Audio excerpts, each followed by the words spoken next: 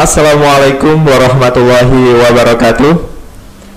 Alhamdulillahirabbil alamin, wassalatu wassalamu ala Rasulillah, wala haula wala quwata illa billah. Rabbi israhli sadri wa yassirli amri wahlul 'uqdatam min lisani yafqahu qawli. Jamaah Masjid Agung Al-Azhar yang dirahmati oleh Allah Subhanahu wa taala, dimanapun Anda berada, selamat datang di program Inspirasi Ramadan. Alhamdulillah, saat ini kita sudah bersama dengan guru kami, Ustadz Fahmi Salim. Assalamualaikum ya Ustadz. Waalaikumsalam warahmatullahi wabarakatuh. Bagaimana kabarnya Ustadz? Alhamdulillah, ini hari yang luar biasa. Terima kasih Ustadz. Terus semangat walaupun kondisi pandemi ini masih berbagi ilmu dan juga kegiatan-kegiatan lainnya. Kalau boleh tahu kegiatan lainnya apa aja Ustadz? Ya, kalau Ustadz itu harus semangat. Sebab kalau Ustadznya melempem, ya apalagi jamaahnya gitu ya. Oke. Maka tidak boleh menyurutkan kita dalam kondisi seperti ini. Ya, kita harus tetap semangat ya. Meskipun kegiatan di luar dibatasi, tidak banyak berinteraksi dengan kerumunan ya, dengan jamaah, tetapi ini banyak hikmahnya kalau bagi saya. Situasi Ramadan tahun ini sangat istimewa dan paling top. Paling top Ustadz? Iya. Wah, apa paling topnya? Apa tuh Ustadz? Nah, saya nggak perlu macet-macet jalan ke Al-Azhar. Coba kalau sore-sore atau malam setelah maghrib saya kemari, macetnya luar biasa. Kemudian jadwal buka puasa bersama, semua tidak ada kan sekarang. Nah, apalagi orang yang di kantoran, yang di tempat pekerjaan, nah, itu semua punya. Setiap hari kita punya jadwal buka puasa bersama. Hampir jarang buka puasa bersama keluarga. Keluarga ya, oke. Iya, akhirnya banyak orang buka puasa keluarga ya di kantor dan sebagainya itu di mall. Ya lebih banyak bayar zakat mallnya daripada zakat malnya. Nah, sekarang kita bisa fokus untuk maksimal untuk zakat mal. Masya Allah. Jadi ini the best time saat ya untuk family time, education time ya, itu luar biasa. Khususnya waktu untuk Allah Subhanahu wa taala Ustaz ya. Masya Allah. Jadi kuarantin ini jadi Quran time juga Ustaz ya. Quran time insyaallah. Baik. Jadi kita bincang tentang Quran time. Kita akan hari ini membahas tema generasi milenial melek Al-Quran. Wah, keren banget nih. Khususnya buat saya dan teman-teman yang masih muda.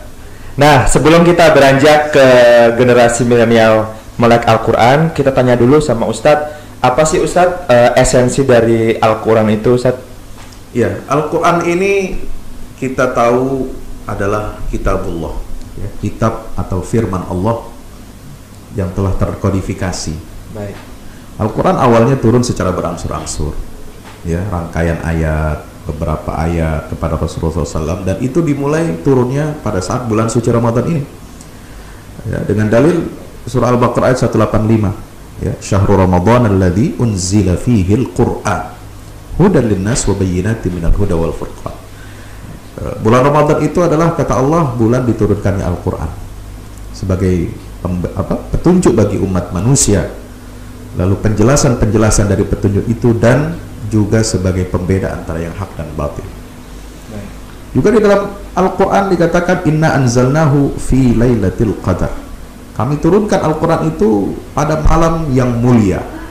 Dan seluruh ulama ya, berdasarkan hadis Nabi yang sangat populer bahkan mutawatir, menyatakan bahwa Lailatul Qadar itu adalah satu malam yang ada di bulan suci Ramadan, malam ganjil ya. Jadi Lailatul Qadar ini luar biasa. Nah, itu sejarah turunnya Al-Quran. Baru kemudian setelah itu berangsur-angsur selama 22 tahun lebih beliau berdakwah, Nabi SAW berdakwah di Makkah, kemudian di Madinah ya, lalu kemudian dibukukan, dikodifikasi di zaman Khalifah Abu Bakar Siddiq, dilanjutkan di masa Utsman ibn Affan radhiyallahu anhum ajma'in. Maka ini Al-Quran. Nah, dari mana kata Al-Quran? Ini banyak teman-teman terutama generasi milenial belum mengerti nih. Iya. Al-Quran itu apa sih Pak Ustadz secara bahasanya? Al-Quran itu berasal ada 3 pendapat, ada 4 bahkan pendapat, ya, yang menyatakan tentang makna asal Al-Quran. Dari mana akar katanya? Yang pertama itu dari apa? Dari qara'a yaqra'u qira'atan Qur'anan. Itu artinya membaca. Karena Al-Quran ini bacaan yang mulia. Innahu laqur'anun karim. Ya, dia adalah bacaan yang mulia. Ya, kita baca Al-Quran ini nggak seperti kita baca buku biasa, textbook kuliah atau baca koran. Ya, jangan-jangan kita kebanyakan baca koran daripada baca Quran.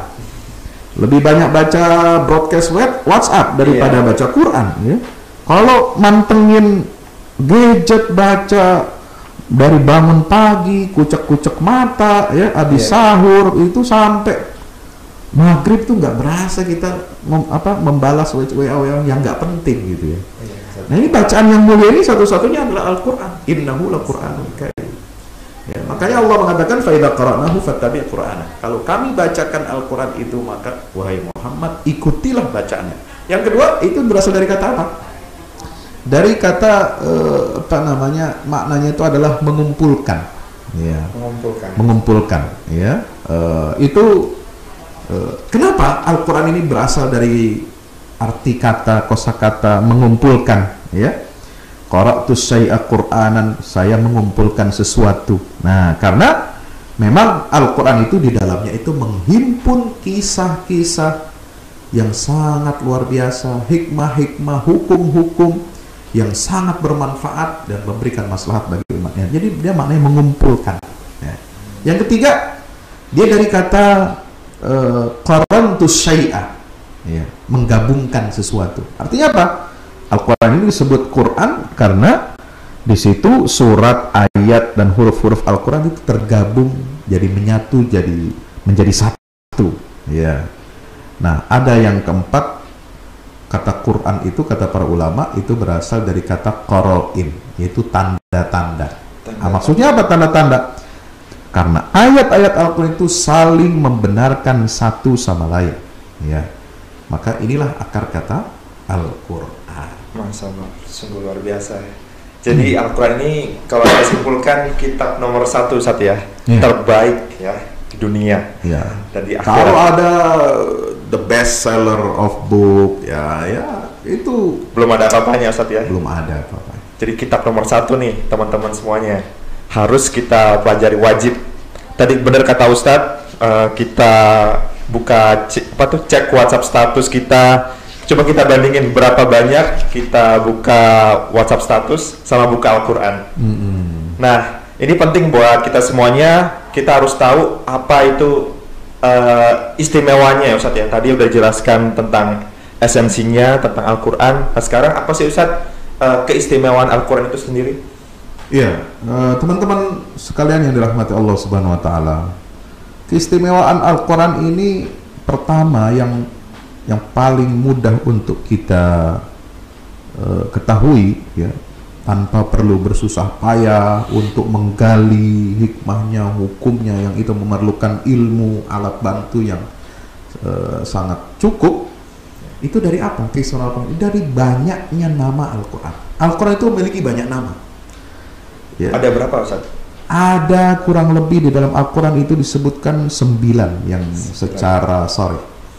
Jadi dalam bahasa Arab, kalau sesuatu objek, ya, itu memiliki banyak nama untuk menunjukkan satu hal, itu menunjukkan kemuliaannya, keistimewaannya. Ya, Al-Quran diberi nama oleh Allah Subhanahu wa taala langsung itu dengan kata-kata apa? Pertama, Al-Furqan, ya, pembeda antara yang hak dan yang batil. Di mana ayat yang menyatakan seperti itu? Tadi dalam surat Al-Baqarah ayat 185, ya, wal furqan itu syahrul ramadhan alladzi unzila fil Qur'an hudan linnas wa bayyinatin minal huda wal furqan.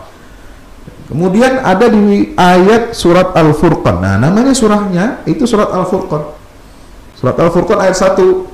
Tabarakalladzi nazzala al-furqana 'ala 'abdihi liyakuna lil 'alamina nadhira. Ya, itu Allah yang maha agung, yang maha besar ini yang menurunkan Al-Furqan, ya, pembeda antara yang hak dan batil, yaitu Al-Quranul Karim. Juga di dalam surat Al-Imran ada wa anzalal furqan. Ya. Wa Qur'anan faraqnahu litaqra'ahu 'alan nasi 'ala mukfin wa nazzalnahu tanzila, surat Al-Isra ayat 106. Nah, nama yang kedua adalah Al-Quran itu diberi nama oleh Allah dengan Al-Burhan. Apa itu Al-Burhan? Bukti kebenaran. Nah, dalam surat An-Nisa ayat 174 Allah berfirman, ya ayyuhan nasu qad ja'akum burhanun min rabbikum wa anzalna ilaikum nuran mubina. Wahai sekalian manusia, sungguh telah datang kepadamu ya bukti kebenaran dari Tuhanmu. Nah, kan nggak ada kalau kita baca satu buku, satu kitab ya karya manusia di bidang sastra, humaniora, di bidang filsafat, di bidang macam-macam, yang menyatakan buku itu adalah mengatakan inilah bukti kebenaran dari Tuhan. Inilah pembeda antara yang hak dan yang batil. Oh, nggak ada. Al-Quran ini satu-satunya paling keren sudah. Ya. Yang ketiga namanya apa? Al-Haq. Kebenaran. Satu-satunya kebenaran yang ada di muka bumi ini, ya, tulisan yang satu-satunya itu yang benar, dijamin kebenarannya dari A sampai Z, dari huruf pertama sampai huruf terakhir, dari surat pertama sampai surat yang terakhir, ya, itu cuma Al-Quran. Kalau kita bikin buku ada salahnya, iya. Nanti ada edisi revisi, ada kesalahan tulisan, ya, ada kesalahan cetak, iya. Ada bukan hanya kesalahan tulisan atau redaksi, kesalahan cetak, tapi kesalahan isi. Teorinya salah, nanti direvisi. Tapi Al-Quran tidak. Wa innahu lahaqqul yaqin. Ya, kata Allah dalam surat Al-Haqqah. Al-Quran itu adalah kebenaran, ya, yang meyakinkan. Udah kebenaran, meyakinkan lagi. Jadi kuadrat benarnya. Ya, nggak main-main. Kemudian di dalam Al-Quran itu apa? Dikatakan bal naqdhifu bil haqqi 'alal batil fayadmaghuhu fa idza huwa zahiq wa lakumul wailu mimma tasifun. Dalam surat Al-Anbiya itu dikatakan apa kata Allah? Sebenarnya kami melemparkan yang hak itu ke atas yang batil. Jadi yang batil di seluruh dunia ini itu cukup oleh Allah, ya, dilemparkan atau ditimpakan Al-Quran ini kepada semua kebatilan, maka dia akan musnah. Ya, fayadmahu, ya, lalu yang hak itu menghancurkan yang batil. Faidah huwa zahiq, ya, maka seketika itu semua yang batil di atas muka bumi ini akan lenyap. Ya, apalagi namanya? Ya, namanya Al-Quran ini kemudian ada disebut dalam surat An-Naba. Itu An-Naba'ul Azim, berita besar. Ya, amma yatasaalun 'anin naba'il azim. Ya, mereka bertanya kepadamu tentang berita yang besar. Ya, kenapa Al-Quran disebut berita yang besar? Karena dia mengandung, ya, berita yang tidak dimiliki atau tidak ditulis oleh satu pun tulisan yang ada di atas muka bumi. Orang paling pandai, orang paling hebat, orang paling top, orang paling keren nggak bisa menulis berita besar sebagaimana yang ada di dalam Al-Quran. Mungkin kalau kita biasa, kalau yang baca koran dulu, musim koran, ya, iya, itu ada headline, ada berita besarnya nih apa? Nah, ada pelantikan presiden, misalnya kaisar, raja, kemudian ada bencana besar, bencana gempa bumi misalnya. Itu dianggap berita besar. Nah, itu perkara kecil. Berita besar itu adalah bagaimana ketika Allah Subhanahu wa Ta'ala mengabarkan kepada kita tentang hakikat kehidupan. Manusia ini berasal dari mana, mau kemana, tujuan akhirnya, lalu di dunia ini mesti bagaimana. Dan apa yang dia tanam di dunia ini, nanti dia akan mendapatkan balasan di alam akhirat. Ini semua perkara-perkara besar. Jadi Al-Quran itu bicara bukan hal-hal yang remeh-temeh, bukan hal-hal kecil, bukan recehan, Zat, ya. Bukan recehan, ya, bukan soal kekuasaan, apa politik praktis, bukan persoalan bagaimana mencari keuntungan bisnis di dunia, itu kecil bagi Allah. Tapi bagaimana Allah ini sejak awal menyatakan misi manusia itu ya diwujudkan oleh Allah, dihadirkan ke atas muka bumi ini. Idz qala rabbuka lil malaikati inni ja'ilun fil ardi khalifah. Dia sebagai khalifah Allah. Wa ma khalaqtul jinna wal insa illa liya'budun. Aku tidak menciptakan jin dan manusia kecuali untuk menyembah. Artinya apa? Di situ udah ditugaskan oleh Allah. Hei manusia, hei Adam, kamu aku tempatkan di dunia ini, ya, tidak berlama-lama di surga. Ya, ibaratnya surga itu bagi Adam itu sebenarnya cuma tempat transit aja. Ya, kalau bahasa milenialnya magang. Ya, iya magang. Kenapa magang Pak Ustadz? Ya, karena Adam itu ya berusaha mewujudkan visi kehidupan yang ada di surga di bumi. Bagaimana kehidupan di surga? Di surga itu kan sempurna, Mas. Iya. Di dalam surat Thaha dikatakan, innaka la tazma'u fiha wa la tadha. Kamu tidak akan merasa kehausan dan tidak akan kepanasan. Wa annaka la taju'a wa alla taju'a fiha wa la ta'ra. Kamu tidak akan kelaparan dan tidak akan telanjang. Artinya terpenuhi semua kebutuhan pokok manusia, sandang, pangan, papan. Plus ditambah kebutuhan apa? Kebutuhan manusia terhadap petunjuk dan pedoman hidup. Faman tabi'a hudaya fala khaufun 'alaihim wala hum yahzanun. Ya, maka ketika Nabi Adam magang di surga itu transit, dia memperhatikan kehidupan surga ini betapa sempurnanya. Ya, nggak ada yang lapar, nggak ada yang haus, nggak ada yang kepanasan, nggak ada yang telanjang, semua serba perfect, semua serba sempurna. Maka kata Said Qutb dalam tafsir fi Zilalil Quran, itulah beliau mempelajari visi kehidupan itu dari surga untuk diwujudkan di muka bumi ini. Masya Allah. Biasa. Itulah isi Al-Quran. Artinya Quran ini nggak bicara remeh temeh, apalagi bicara tentang ya seperti novel-novel yang digandrungi anak-anak muda, novel picisan, novel romantis, yang galau-galau gitu saja. Ya, novel yang bikin mewek, ya, novel yang nggak ada motivasi hidup gitu, yang pacaran macam-macam, ya. Itu anak muda ketinggalan zaman, bos. Iya, kita anak muda itu harus bicara yang besar, sebagaimana misi Al-Quran itu kandungan isinya itu bicara hal-hal yang besar. An-Naba'ul Azim, bicara tentang orientasi hidup, bicara tentang etos kerja, bicara tentang kualitas hamba sebagai khalifah, kualitas ihsan dalam bekerja, ya, kualitas untuk memperbaiki islah fil ard, ya, menjauhi fasad fil ard, memperbaiki kehidupan manusia ini. Itulah misi Quran. Itu bisa dilihat dari namanya. Nah, jadi teman-teman milenial ini ya harus punya ya semangat, cita-cita yang besar sebagaimana Al-Quran sebagai pedoman. Kita kan sebagai muslim, ya, kalau KTP kita muslim tapi kita nggak kenal Quran, ya, kita males-malesan, kita nggak mencerminkan akhlak dan kualitas hidup sebagai seorang muslim, ini memalukan. Ya, memalukan. Sebab Islam itu ajaran yang luar biasa. Diakui oleh seluruh ahli, oleh seluruh intelektual besar dunia bahwa Quran yang dibawa oleh Muhammad sallallahu alaihi wasallam, ya, untuk kebaikan manusia ini itu adalah tidak ada tandingannya. Luar biasa. Ya.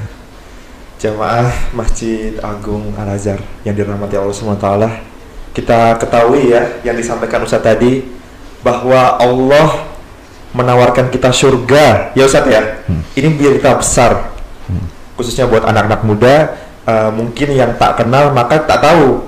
Nah, jadi kita tadi lihat penjelasan nama-nama Al-Quran, bagaimana keistimewaannya, dan Al-Quran itu sangat dijaga Ustaz ya. Untuk titik komanya aja ya kalau hilang gitu sudah belum sempurna Ustaz ya. Mungkin dijaga Al-Quran dengan para penghafal Quran salah satunya Ustaz ya.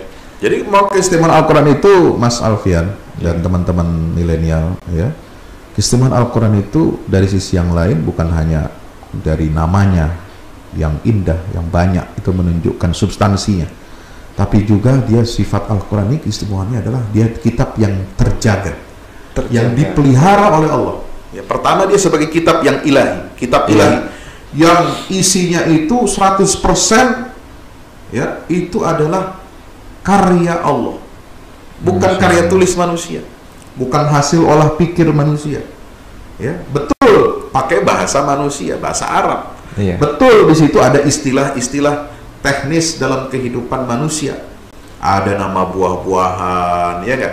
Ada nama binatang. Di situ kan ada surat-surat pakai nama binatang. Betul. Surat Al-Baqarah, surat Al-An'am, An-Nahl, Al-Ankabut, An-Nahl, ya, An-Namal, Al-Ankabut, Al-Fil.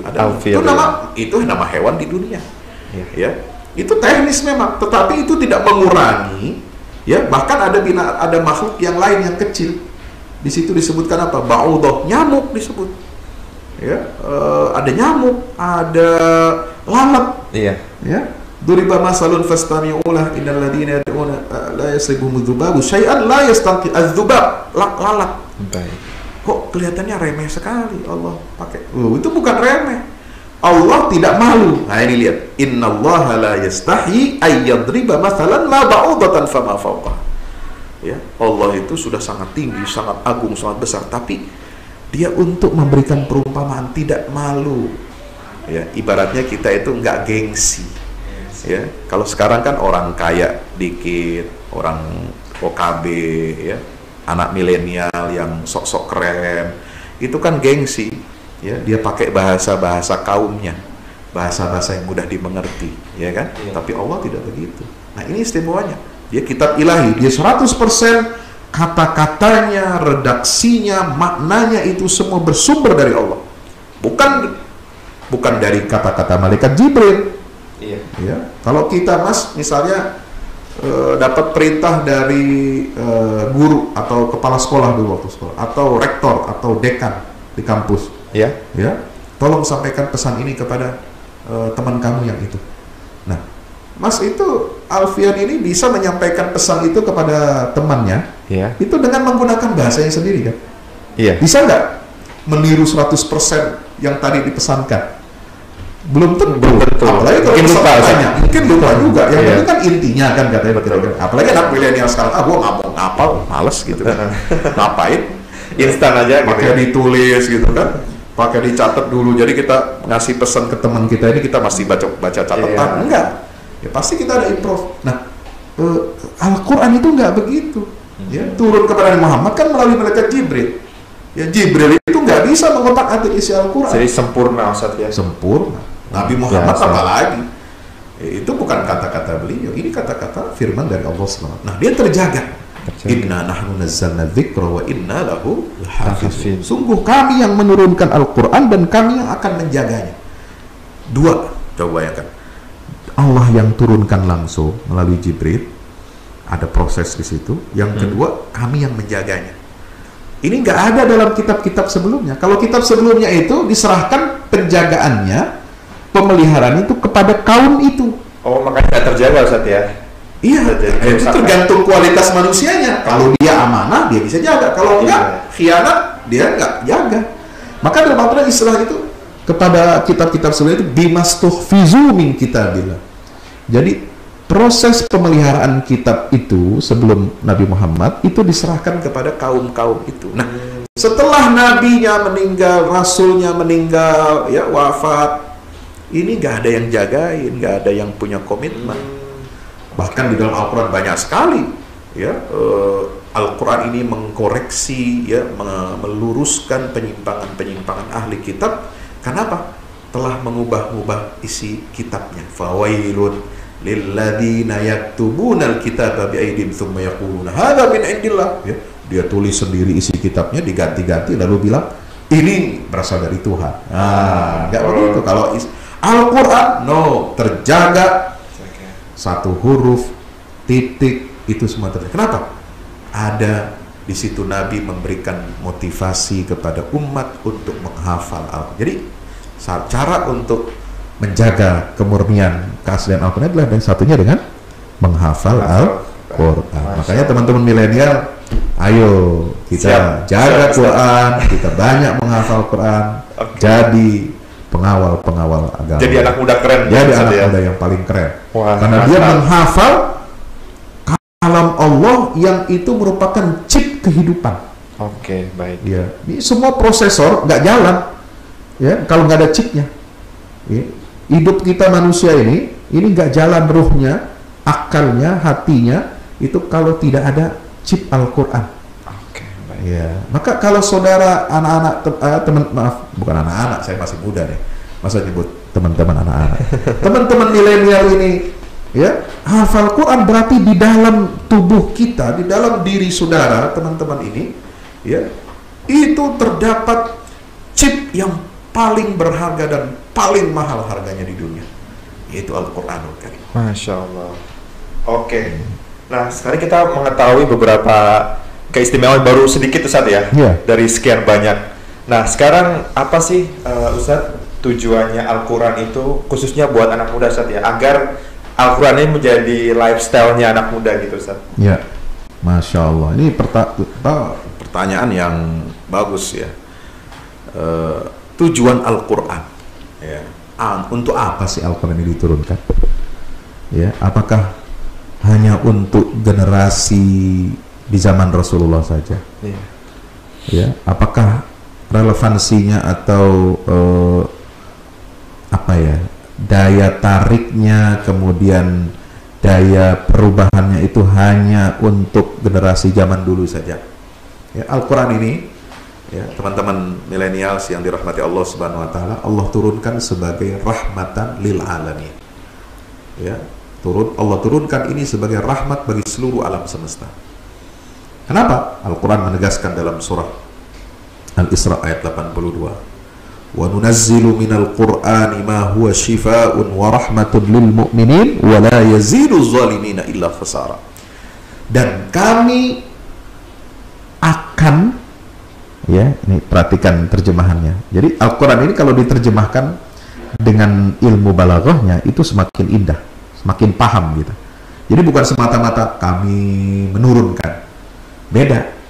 Kalau kita nerjemahin tidak dengan tafsir dan balaghahnya itu ya kayaknya datar-datar aja. Kami turunkan dari Al-Quran itu obat ya, rahmat bagi orang. Enggak. Kalau pakai ilmu balaghah dan tafsir, cara menerjemahkan Quran ini lebih luar biasa.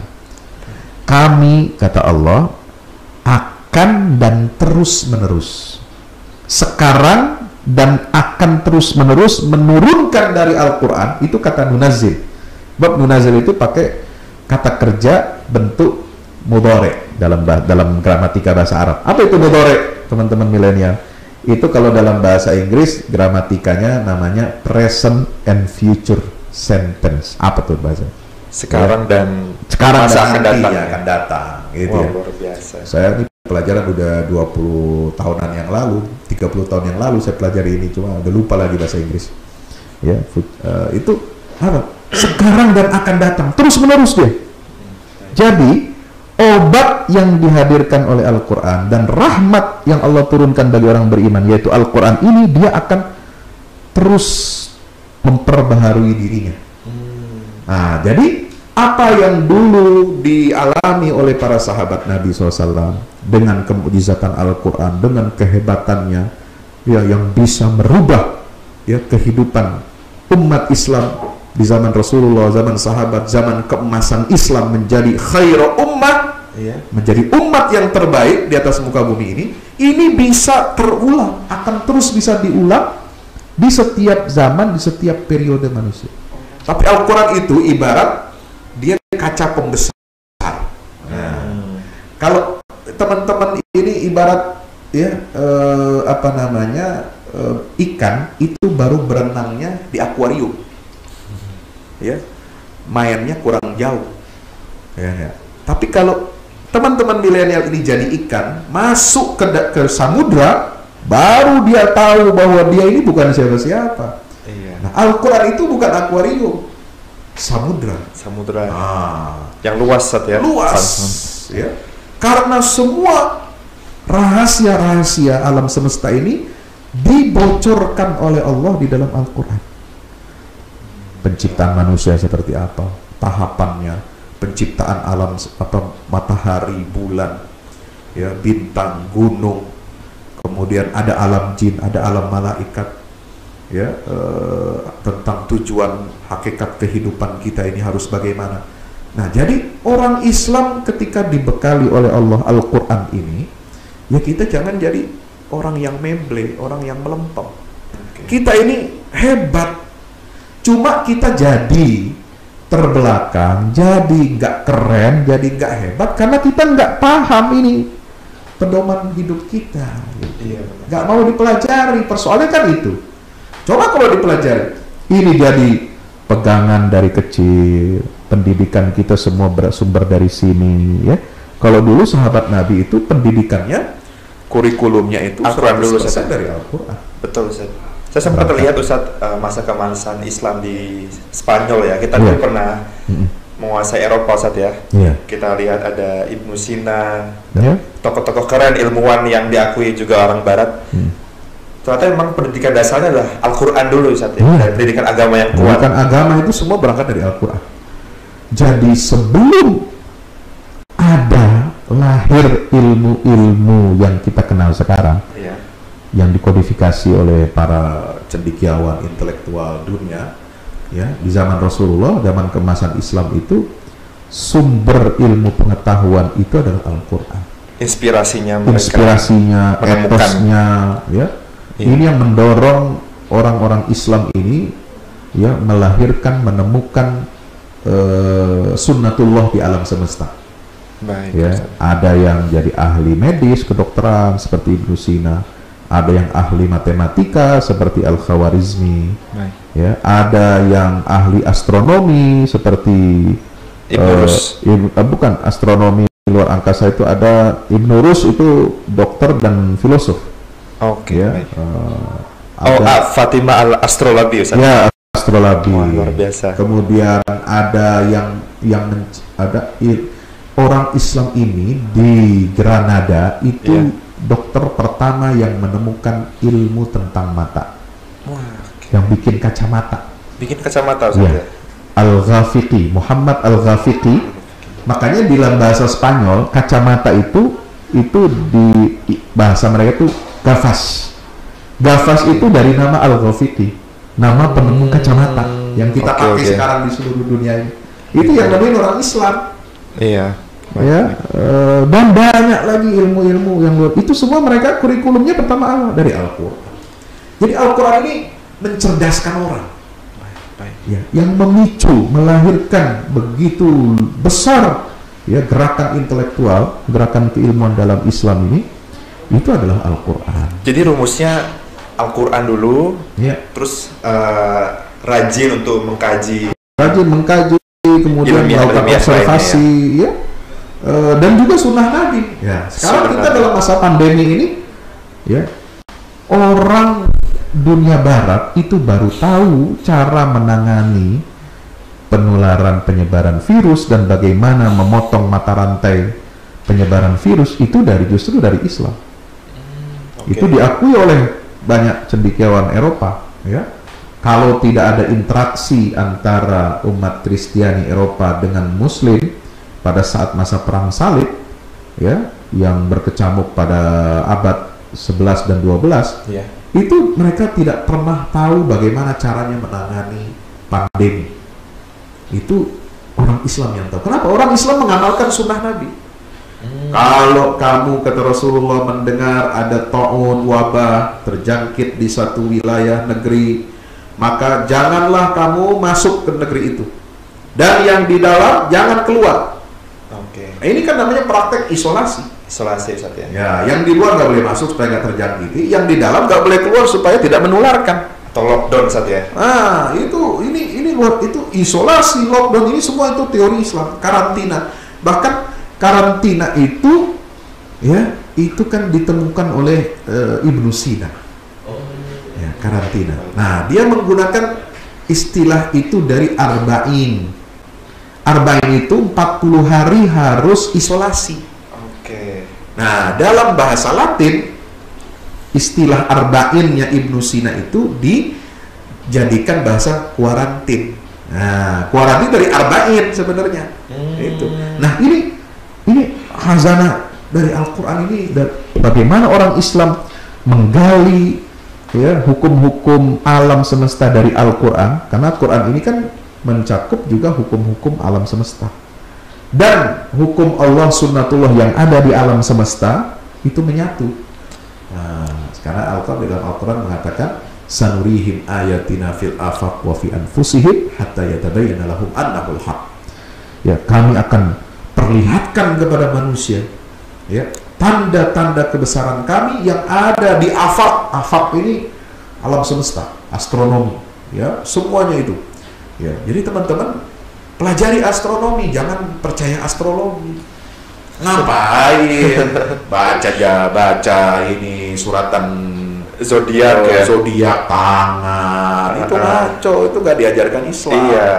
Oh, percaya sama bintang, lu lahirnya apa ya? Bulan apa? Gemini, Pisces. Ya, itu kuno, Iya. itu primitif. Ya, itu membuat pikiran kita ini termakan oleh khurafat. Betul, Ya. Ustaz. Nasib saudara bukan tergantung oleh hari bulan lahir. Itu tergantung kepada usaha kita. Ya. Jangan bermalas-malasan. Oh, karena sudah tahu ini. Wah, ini percintaan saya. Ini karir saya. Itu goblok namanya. Ya, mendingan belajar ilmu astronomi saja. Mendingan belajar astronomi. Terus bisa ke bulan atau jadi bisa ke bulan. peneliti NASA gitu. Iya, jadi sekalian kalau punya ya. cita-cita ingin membahagiakan pasangan, belajar astronomi, bawa pasanganmu itu, kau nikah di sini, liburannya di bulan. Nah, gitu baru keren. Karena Islam ini bicara yang besar Ustaz ya, bukan yang kecil-kecil. Jangan hal-hal yang remeh-temeh. Dan itu kata Nabi SAW, kadzabal munajjimun walau sadaku. Ya. Orang yang suka mereka-reka jadi ahli nujum itu apa namanya, astrolog gitu ya, itu semuanya tukang bohong kata Rasulullah. Walau sadaku, meskipun dia benar, itu betulnya kebenaran, bukan karena memang betul. Kebenaran betul. Jadi dia meraba-raba mengira-ngira saja. Nah, kita nggak boleh. Baik. Orang Islam nggak boleh ngira-ngira, nggak boleh menyandarkan hidupnya dari perkiraan nasib, perkiraan jodoh, perkiraan perceraian, perkiraan yang masih masuk akal, yang rasional itu hanya perakiraan cuaca. Maka belajarlah ilmu tentang klimatologi, ya, klimatologi, meteorologi, geofisika, ya kan? Itu pelajaran.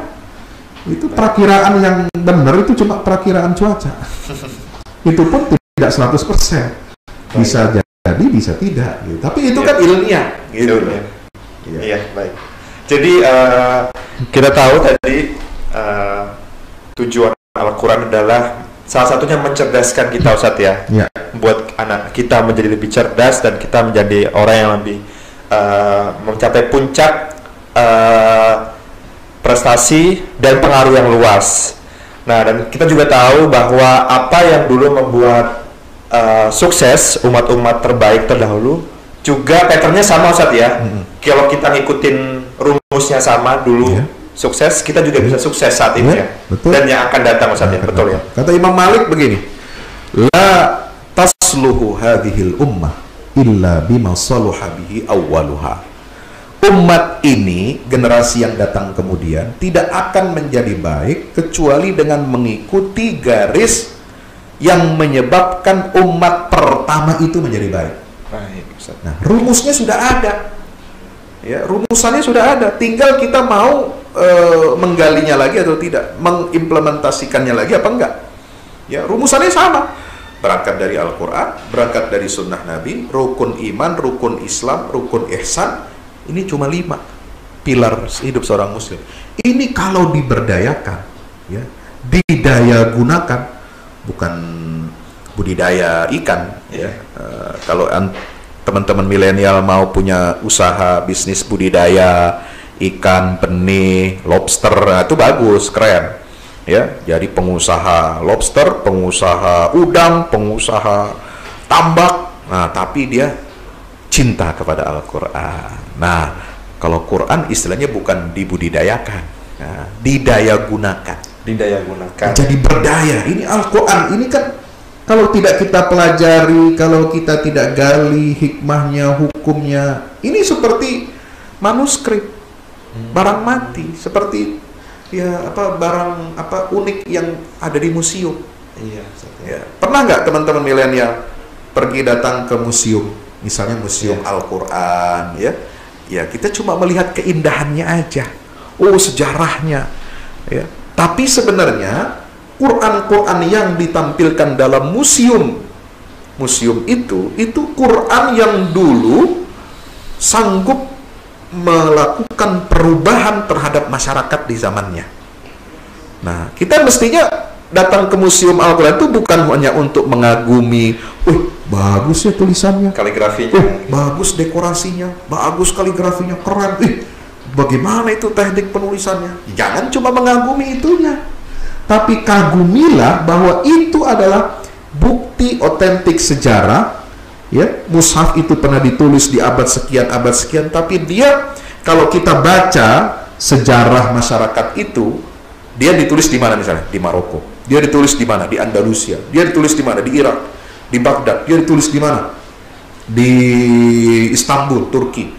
Coba lihat daerah tempat ditulisnya museum mushaf yang sekarang ada di Museum Al-Quran itu bagaimana? Nah, itu melahirkan ilmuwan-ilmuwan luar biasa, peradaban-peradaban, ya. Baghdad, ya teman-teman milenial, Baghdad dulu di masa kejayaannya itu seperti New York sekarang. Wah. Kota yang sangat besar, sangat cantik, modern. Ya tentu tidak bisa dibayangkan, oh sama udah ada listrik, enggak. Karena beda waktu, Beda waktu, tapi tata kotanya, kita bicara ini penataan kota, sistem kotanya, ya itu canggihnya itu setara dengan New York zaman sekarang. London nggak ada apa-apa, dulu belum ada apa-apa, masih becek bos, masih gelap bau. Ya, Paris mungkin belum ada, ya. New York apalagi, New York kan baru belakangan baru ada. Ya, dia baru ditemukan abad 16, abad 15 akhir 16, ya kan? Dia baru jadi kota besar. Tapi Baghdad itu kota yang berbentuk lingkaran besar karena Khalifah Abu Ja'far Al-Mansur itu sangat menggandrungi teori matematikanya Euclides, yang suka dia itu dibentuk kota itu mega city dalam bentuk kota itu bulat, ya. Ada tempat masuknya itu dari 4 penjuru, ada 4 pintu gerbang utama dan semuanya itu akan menuju titik, ya, titik pusatnya itu adalah istana dan masjid Jami. Nah, jarak dari diameter dari ujung ke ujung itu memakan waktu orang berkuda berlari dengan menggunakan kuda itu memakan waktu 2 hari. Itu jaraknya, ya. Dan dikelilingi oleh benteng-benteng 5 lapis benteng. Nah, itu indah. Belum lagi kalau bicara di mana Spanyol tadi, ya. Iya, Mas Spanyol. Alvin menyinggung masalah Andalusia. Wah, Andalusia itu kotanya indah-indah. Itu yang bangun siapa? Orang Islam.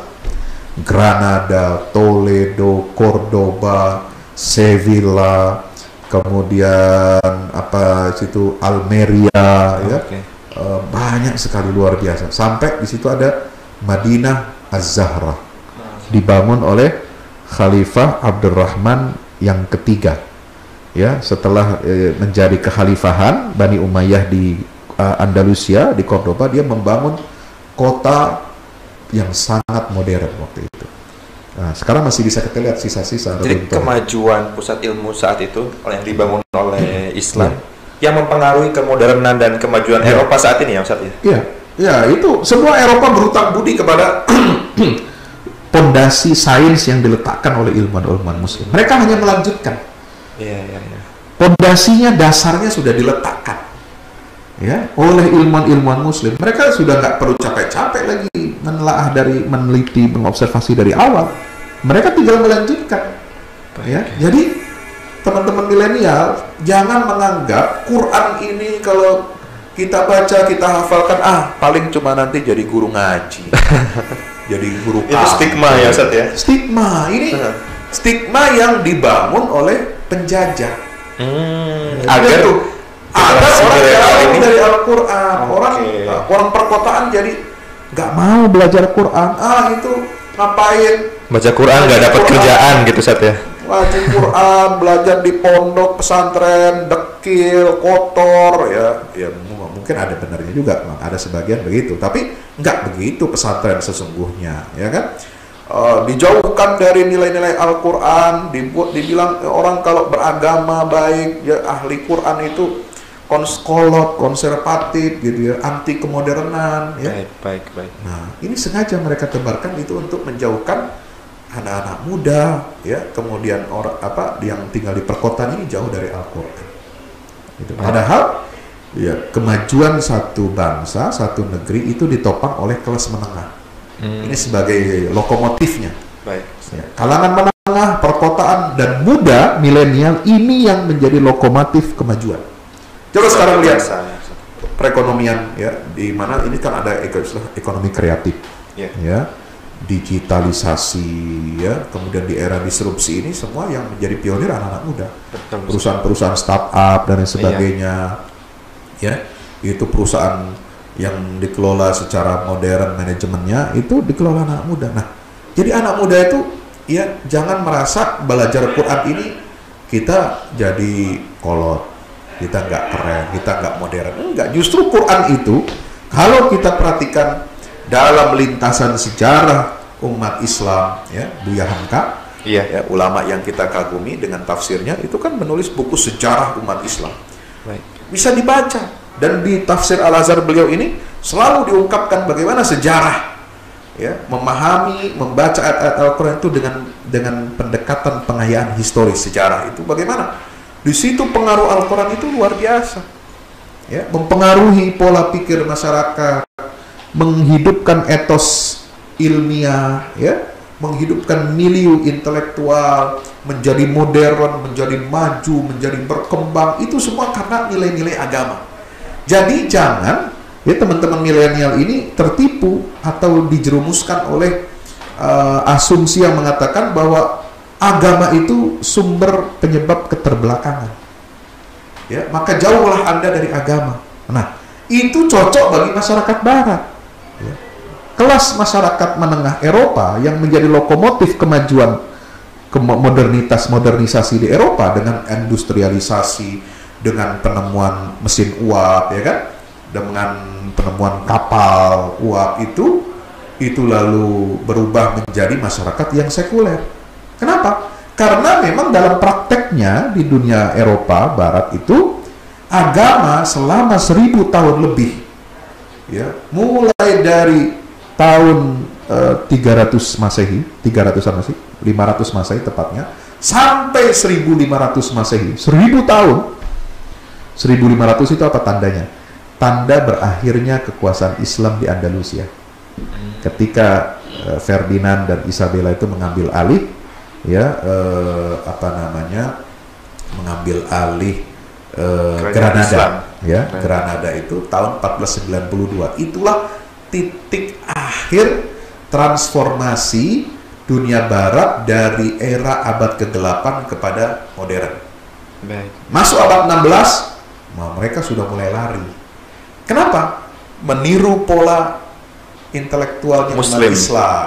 Ketika umat Islam mulai mundur, dia bangkit. Nah, mereka bangkitnya itu teman-teman dengan apa? Meninggalkan ajaran agama, menjadi sekuler.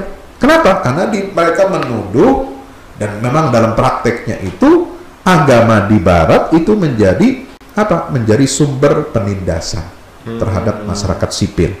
Sehingga nggak maju ya. Sehingga nggak maju, ya.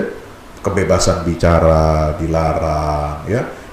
Penelitian sains itu dilarang, dipersekusi kalau berbeda dengan apa yang diyakini oleh gereja, ya. Itu ilmuwan seperti Galileo Galilei itu dihukum. Dihukum. Jadi nggak ada perkembangan penelitian sains itu di dunia Barat. Yang maju justru di dunia Islam. Baik, Di Andalusia, di Baghdad, di mana, di Damaskus, di Kairo, di Istanbul, itu luar biasa. Iya. Ya, Jadi kita bisa ambil pelajarannya Ustaz ya, dari negeri barat ini. Kajian ilmiahnya kita juga harus tiru, tapi dengan Islamic attitude gitu Ustaz ya. Iya, karena Islam ini bukan mendorong kita untuk jumud. Oke, baik. Ya, justru umat Islam akan maju kalau berpegang teguh kepada agamanya, kepada Al-Quran. Kebalikan dari Barat. Kalau Barat dia mau maju katanya, lu mesti tinggalin Bible, lu mesti tinggalin gereja. Makanya di sana orang nggak ada yang datang ke gereja sedikit, banyak yang dijual. Wah, kalau Eropa ini makanya jadi sekuler. Banyak yang masuk Ustaz, kemungkinan Ustaz ya.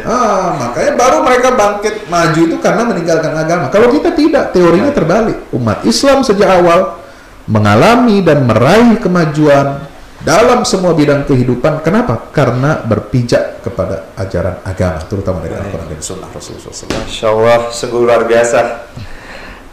Kita tahu tadi keistimewaannya, tujuannya, khususnya buat anak muda ini banyak sekali dalam kehidupan kita. Jadi untuk sukses kita harus belajar Al-Quran ya Ustaz ya. Mungkin terakhir Ustaz, harapannya untuk pemuda milenial nih ya di Indonesia khususnya, apa sih Ustaz harapan Ustaz? Ya, pemuda milenial di Indonesia ini potensinya luar biasa. Kita akan mengalami bonus demografi, dan kita sedang memulai ini. Ya, hingga 20 tahun ke depan, angkatan kerja, angkatan muda di Indonesia ini sangat besar, melebihi angkatan usia yang sudah tua. Nah, bonus demografi ini harus kita siapkan sejak sekarang infrastruktur pendidikannya. Baik. Ya, untuk infrastruktur pendidikan yang hal-hal teknis itu pemerintah ya melalui menteri-menteri terkait ya, soal bagaimana memajukan kurikulum. Mudah-mudahan mereka juga tidak gagal menangkap fenomena ini, dan saya yakin sudah mengantisipasi. Tapi bagi kita para ulama ini juga menjadi tantangan. Bagaimana memanfaatkan bonus demografi di Indonesia dengan angkatan muda di Indonesia yang sangat besar, bisa 60% lebih nanti ini ya, dan mulai dari teman-teman sekarang harus disiapkan teman-teman ya, siap untuk bonus demografi 60% angkatan muda di Indonesia ini berkah luar biasa dari Allah, dan hampir di semua negara muslim mengalami ini. Ketika Eropa, dunia barat itu yang mayoritas dominan itu masyarakat tua. Yang angkatan mudanya sangat sedikit. Kenapa? Mereka tidak mau menikah, nggak mau punya anak, nggak mau ribet ngurus keluarga. Yang berkeluarga punya anak, apalagi punya anak bayi, itu kelompok-kelompok yang agama itu di sana disebut kelompok konservatif, kelompok yang kolot lah kira-kira begitu. Tapi yang umumnya masyarakat yang sekuler itu nggak mau berkeluarga, maka itu berpengaruh kepada demografi mereka. Nah, ini berkah dari Allah Subhanahu Wa Taala, berkah dari ajaran Islam. Di negeri-negeri Muslim kita akan mendapatkan keberkahan bonus demografi. Memang ada tantangannya, pekerjaan, lapangan pekerjaan harus kita siapkan, ya. Kemudian kebutuhan pangan, energi harus kita siapkan, karena namanya anak muda, ya, style kulinernya lebih daripada orang tua, mobilitasnya, perjalanannya itu lebih dari orang tua, ya kan? Ya agak sedikit bergaya lah kira-kira gitu. Keluar kota naik pesawat, ya. Makannya, kulinernya, pilih-pilih gitu ya. Nah, ini memang tantangan. Tetapi di sisi lain, keberkahan ini harus kita maksimalkan, optimalkan untuk apa? Kebangkitan Islam. Dari mana? Al-Quran. Maka kita harus siapkan infrastruktur pendidikan Quran untuk mengantisipasi bonus demografi ini. Ya, jadi teman-teman milenial jangan takut, ya, jangan nggak takut ya tertinggal, jangan takut terbelakang, jangan takut tidak mendapatkan berkah bonus demografi, jangan takut nggak punya kerjaan, ya. Bahkan jangan sampai ada asumsi, jangan takut ya kita jadi bodoh karena belajar Quran. Justru Quran ini mencerdaskan saudara. Baik. Ya. Quran ini menjadi chip yang ada dalam otak kita ini yang akan mengasah ketajaman pikiran, ketajaman hati, dan keseimbangan emosional, spiritual, dan intelektual. Di sini semua ada dalam Quran.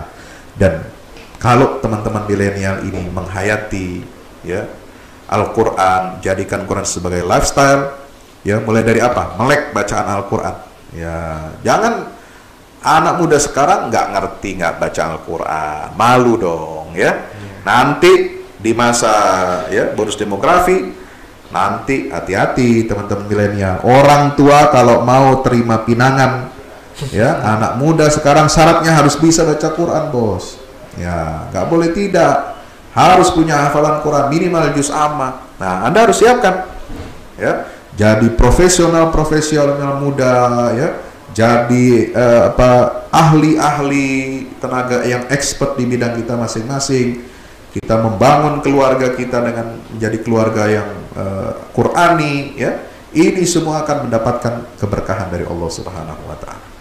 Alhamdulillahirabbil alamin. Terima kasih banyak Ustaz Fahmi Salim atas kesempatan waktu dan juga ilmunya yang sangat bermanfaat bagi kita semuanya. Semoga kita dapat mengaplikasikannya dalam kehidupan kita sehari-hari. Baiklah, kita berpisah karena waktu. Sampai jumpa di episode Inspirasi Ramadan selanjutnya. Billahi taufiq wal hidayah. Wassalamualaikum warahmatullahi wabarakatuh. Waalaikumsalam.